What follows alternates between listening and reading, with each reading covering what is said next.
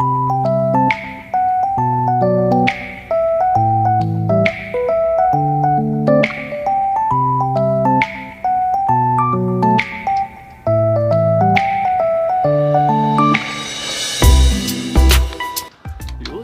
umaga sa inyo mga ka-Jedi, and welcome back sa aking channel. Hindi tayo nakapag-vlog kahapon mga ka-Jedi, no? Medyo naging busy. Sabado, day off ko. Ngayon malamig na naman ngayon, no? Liligo ko lang. Umusok ba yung ulo ko? Hindi naman, no? Nandito ako ngayon sa aming munting backyard mga ka-Jedi. And naalmusal lang ako. Tapos paliparin natin yung drone mga ka-Jedi, no? Gusto ko lang makita yung itong aking neighborhood. Tapos yung e-bike ko nga pala mga ka-Jedi, nandito. Kinalawang na yung disc brake ko, nakalabas kasi. Additional gastos na naman yan, or lilihahin ko na lang para makatipid. Yung mga bike ng mga bata, napabayaan ko na rin dito bago mag-winter. Well, anyway, mamaya lalabas ko yung mga gamit ko pang camping mga ka-Jedi para ma-share sa inyo.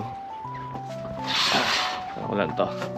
Para ma-share ko sa inyo yung mga ginagamit ko para maging komportable yung camping namin kasama yung mga bata, kasi mahirap mag-camping pag may mga bata mga ka-Jedi, no? Yung mga pang-camping na yun, yung iba mabibigat, so kailangan may sasakyan. Tapos yung iba nun, kahit na long drive, dinadala ko kahit na naka-hotel kami mga ka-Jedi, no? Kaya labas ko lang, so nakusok yung bibig ko. Parang nag-iiro sila, no? Labas ko ng mga ka-Jedi. And pati pa rin natin yung drone para makita natin yung sunrise. 9 o'clock dito mga ka-Jedi.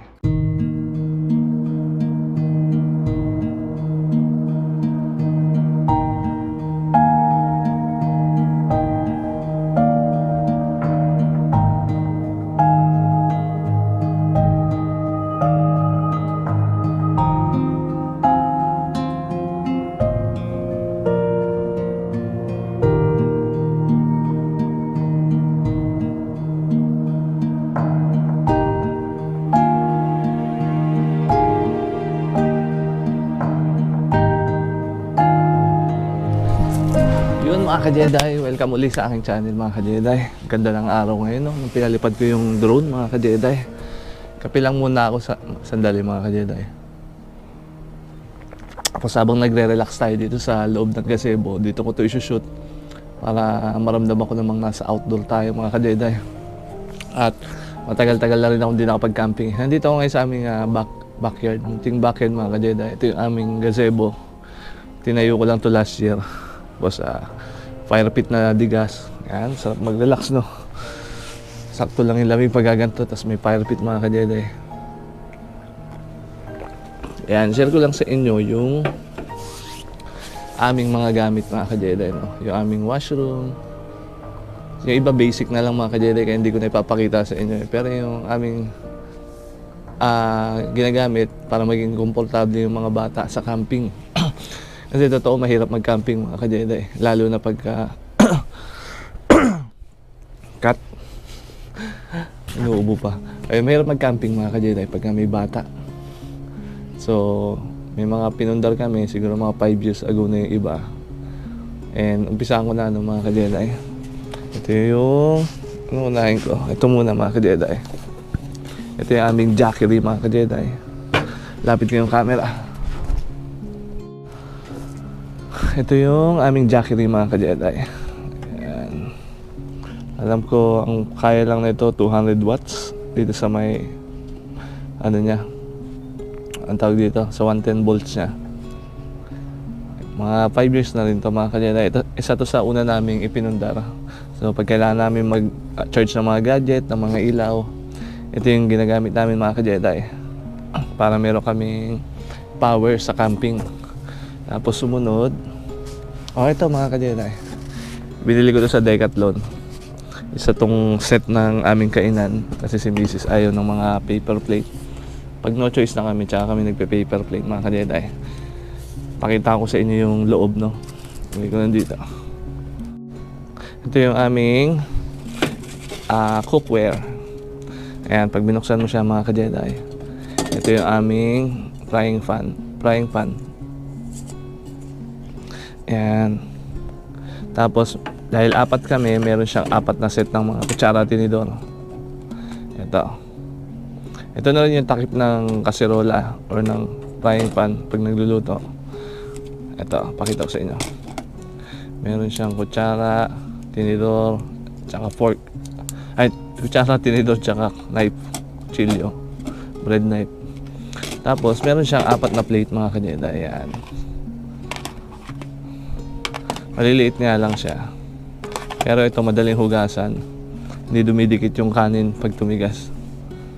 Sumunod is, may mga baso yun na apat din. May mga honey pa sa loob. Ayan. Hindi ko na ilalabas tong baso. Yan ay huli. Tapos yung kaserola mga kajeda. Ayan. Ito kami nagsasaing minsan. Kaya nagluluto ng soup. Tapos pag tinanggal mo tong mga fork tsaka knife, ito yung pinakatakip niya mga kajeda. Yan. Balik natin mga kajeda para makita nyo kung gaano kaliit. Plato. Tapos ito. Tapos yung ating Tagalog na ito, kawali. Itong kawali mga kajeda, maliit lang din. Yan. Tapos gawa nyo lang to and ilak natin. Yan. Ayan mga kajeda, ayan yung laman nung aming isang set ng kainan. Ito rin yung dinadala namin sa RV mga kajeda, no? Para hindi mabigat yung RV namin. Pero sa tent, ito rin. So yung mga gamit na papakita ko sa inyo, ginagamit namin to pagka nagte-tent camping kami mga kajeda. Ano sumunod? Ayun, kailangan din ng... Tapos yung mga kalan nga pala mga kajeda. Pag ito gamit nyo, hindi to pwede sa malamig. Ganyan siya na maingay mga kajeda. Merong nag-ano ng snow nag-snow removal. Ito hindi to pwede sa malamig, mga negative 0 pababa. Hindi to gagana ng maayos. So kailangan nyo yung propane. Dami na rin na-invest, no? Yung propane yung gantong bote o kaya yung malaki. Yan, pag nagluluto sa kalan pag malamig. Pakita ko na rin sa inyo yung aming heater mga kajeda, no? Ito hindi naman to ginagamit sa Pinas, pero dito ginagamit namin to. So pag gumamit ka nito, ito mag-aapoy ito. Ito yung aming heater pag nagka-camping kami sa minivan o kaya sa tent, pag nagwi-winter camping kami o kaya pag spring sa gabi malamig, nagiging 0 pa yung temp mga kajeda. Yan, ito yung aming pinaka-heater na hindi ka na isaksak. Ginagamitan ng propane, good for 4 hours. So, kailangan kong gumising minsan sa gabi para palitan to. Tapos, siyempre yung washroom namin mga kajeda is kailangan ng privacy tent. Ito siya pag nakatupi. Privacy tent mga kajeda. So pagka kailangan namin ng washroom, kasi ang mga washroom sa campsite mga kajeda ano yan, yung inodoro tas butas lang. Kasi sinabi po sa mga kumakain baka isipin nyo Ayun, so nakakatakot pag yung bata uupo doon. Kaya nagdadala kami ng sarili naming washroom mga kajeda. Isa yun sa pinaka-importante naming dala. So yung aming washroom, dalawa yung klase ng aming washroom mga kajeda. Pakita ko sa inyo yung una. Ginagamit din namin ito sa mga long drive kahit na hindi camping. Dala ko lagi itong privacy tent. Kasi minsan yung mga bata biglang sasabihin they need to, you know that, kailangan lang mag-CR. Ito, pakita ko sa inyo ito ng malapitan mga kajeda. Wala akong space. Sintabi po sa mga kumakain, mga madiriin. Makita ko lang sa inyo kung paano yung proseso nito. Ito may mga paato mga kajeda. Ayan. Sarap tumambay dito. Pag may fire pit na ganyan, hindi ka lalamigin. Yan. Tapos ito mga ginawa ko. Mahal kasi pag binili to So ziplock lang yan tsaka garbage can. Lagay ko rito. Kaya kita ba mga kajeda? Ayan, ito mga kajeda, no? So, ang washroom na to, ginagamitan to ng plastic. Itong plastic na to mga kajeda. Pakita ko sa inyo kayong mag-iisip na kung ano. Ito, garbage bag mga ka-Jedi, no? Buksan ko lang. Ten. Nung nakakaraban kami mga ka-Jedi, maliliit pa yung bata, ginagamit namin ito mga ka-Jedi pagka emergency. Mga bata, siyempre long drive, kailangan mag-washroom. Ayan, to. Siyempre may arinola rin kami minsan. Ano ba to? Dito pala. Ayan. So ito, ayan, nasa loob yung kamay ko mga ka-Jedi, no? Layo ko to. Nasa loob yung kamay ko mga ka-Jedi, no? Papasok ko ngayon to sa ilalim. Ayan yung garbage. Tapos ibubuha ko to dito. Nakita ba? Ayan, ibubuha ko rito. Nasa ilalim yung ziplock. Pa. Tapos sasara ko to. Ayan, ganito ang itsura niyan mga ka-Jedi. Ayan. So, ayan yung isa sa aming washroom mga ka-Jedi. Madali lang linisin. Ito yung kadalasan kong dala. Lagi itong nasa likod ng sasakyan ko. Lalo na pagka may bata. Emergency. Tsaka itong privacy tent mga ka-Jedi.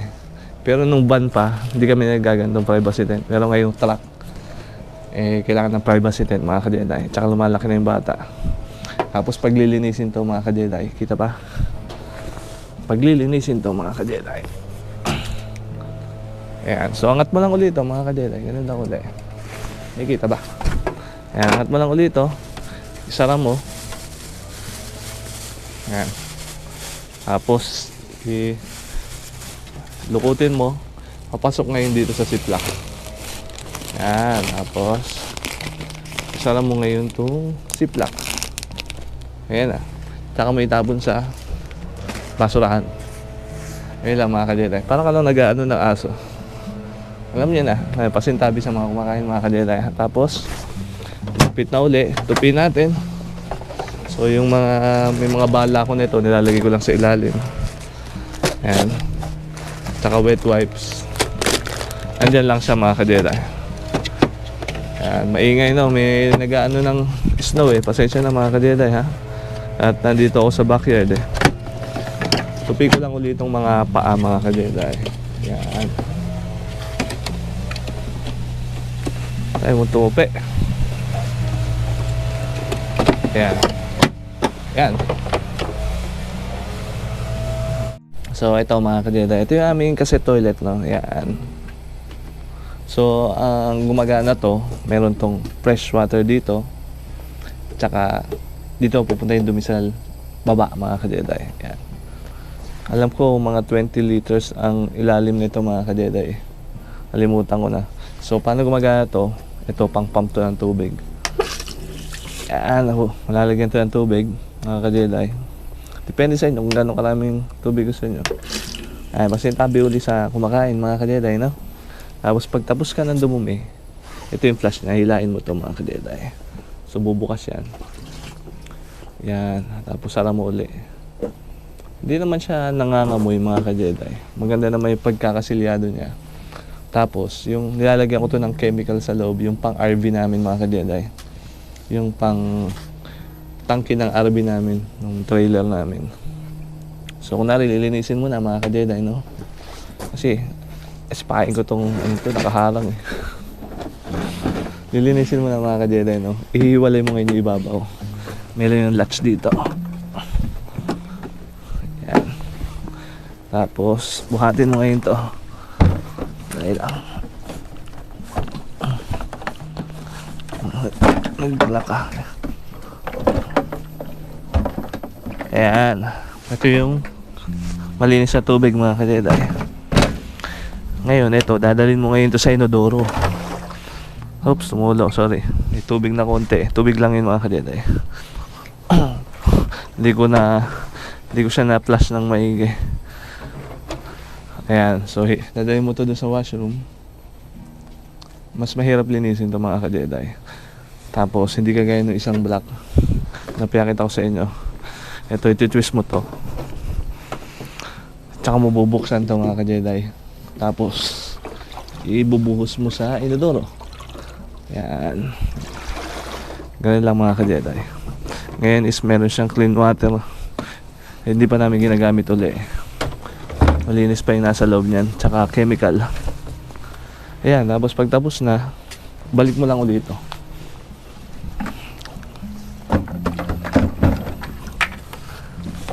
Ayan ang tinatawag na cassette toilet mga ka-Jedi. Tapos lock lang uli. May lock yan dito eh. Ayan. Tapos pag re-refillan mo yung tubig ng malinis, dito lang mga ka-Jedi. Ayan. Ayan, yan lang yung aming cassette toilet mga ka-Jedi.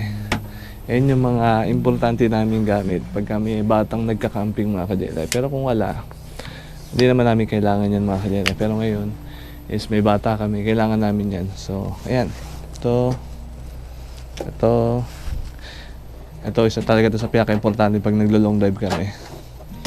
Itong heater, pagka mga spring, tsaka winter, o kaya fall, nagka-camping kami. And itong toilet namin, tsaka itong privacy tent. Ayan mga ka-Jedi. Pero kung ayaw ko maglinis ng ganito, ito okay na to, tsaka arenola. Ayun lang mga ka-Jedi, no? Napahaba yung vlog ko pagpapakita lang ng mga gamit. Konti pa lang to mga ka-Jedi. Hindi ko na pinakita sa inyo yung mga inflatable bed.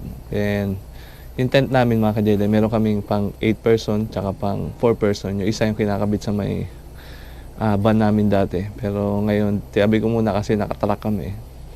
So, baka sa susunod, after 5 years, magagamit ko ulit yun. Ayun lang mga ka-Jedi, no? And sana na-share ko sa inyo yung isa sa mga importanteng gamit namin pagka nagka-camping para maging komportable yung mga bata. Yan. Pagkagabi, gigising yung mga bata, kailangan magwiwi. Ito, o kaya arenola. O kaya pagka biglang stop over, walang washroom. Ito, yan. Kahit hindi camping, dala ko ito mga ka-Jedi. Ayan lang mga ka-Jedi. Maraming salamat sa panonood sa aking vlog. And please like and subscribe to my channel. And Jedi Cycle signing out.